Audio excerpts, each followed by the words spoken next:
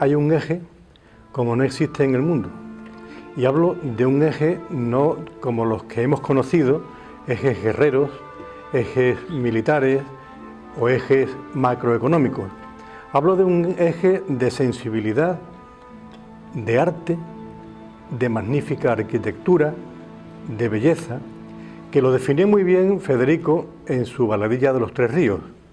Y ya no hace falta decir que me estoy refiriendo al eje Granada-Sevilla, porque aquí están representadas las dos ciudades con un ramal muy interesante a la bahía de Cádiz, porque han de saber que a los andaluces también nos gusta mucho Cádiz.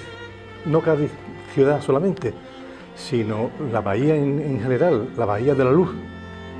Hay otras bahías de la Luz que me parece que son las que han inspirado a Marco González Sedano, porque yo creo que todo esto a él le ha aportado más especialmente de su sensibilidad, por supuesto, de esa sensibilidad granaína que no tiene nada que ver con la mala follá. Hoy me he enterado un poco mejor de qué es la mala follá.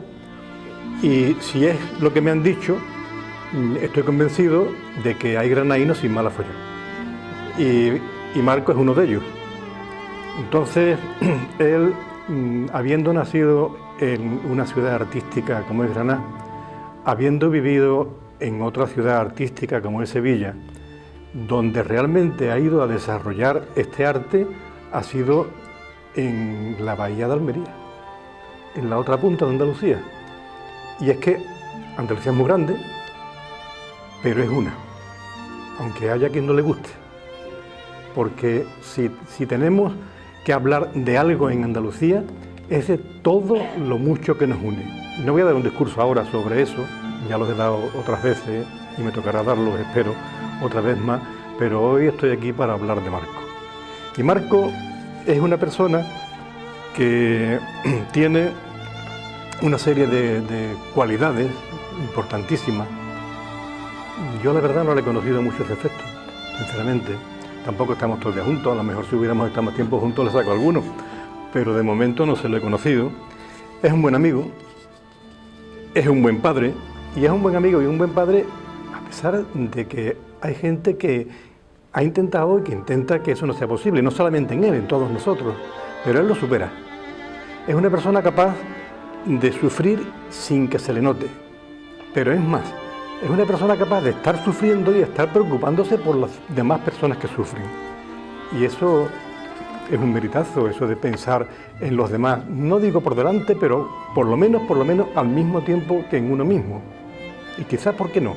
Y quizás incluso en muchos momentos por delante de uno mismo.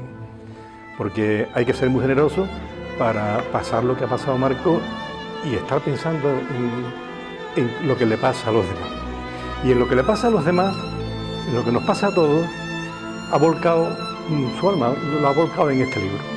Porque aquí nos está hablando de una serie de materias que para él y para nosotros son fundamentales, como son el amor mutuo, el llevarse bien, el mejorar el mundo, sobre todo, y para mejorar el mundo, pues ha tenido que acordarse de todos los que los pasan mal, de los trabajadores del campo, de los trabajadores de la fábrica, de los parados,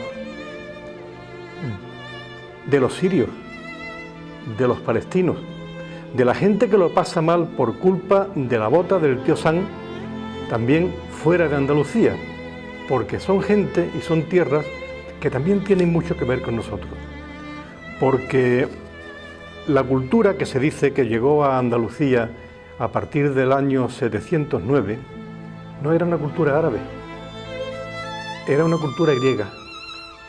Una cultura griega transformada en siria, porque lo que nos llegó a Andalucía era sirio.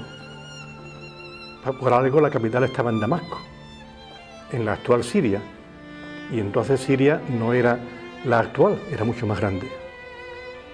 Y esa unidad que ha habido entre Andalucía y el oeste, y el este, esa unidad que ha habido no empezó en 709.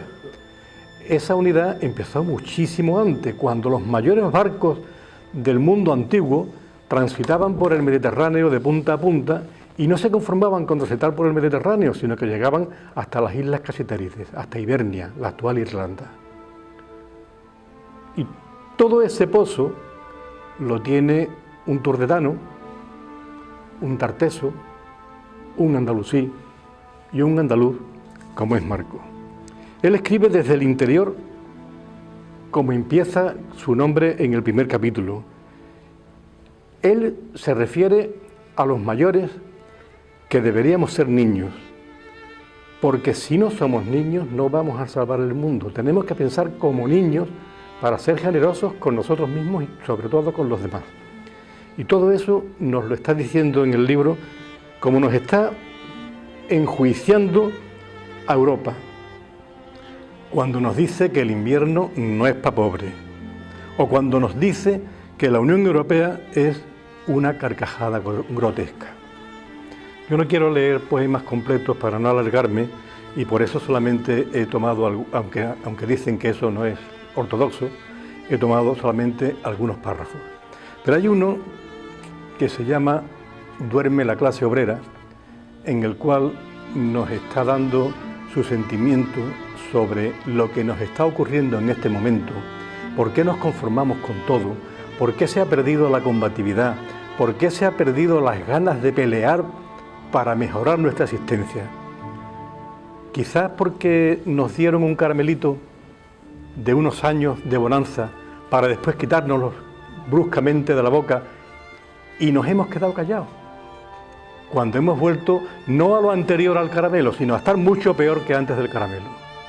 Y dice él: fue decretada su disolución y nosotros sin enterarnos.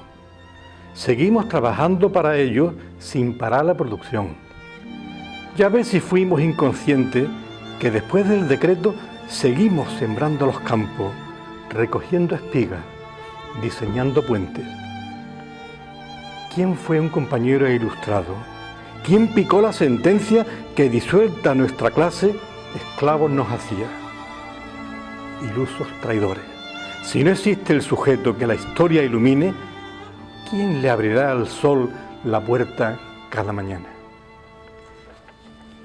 Y termina el libro con una que yo no podía menos que tener en cuenta, porque para mí, me imagino que para todos ustedes, pero digamos que para mí es especialmente importante, que se llama 4 de diciembre.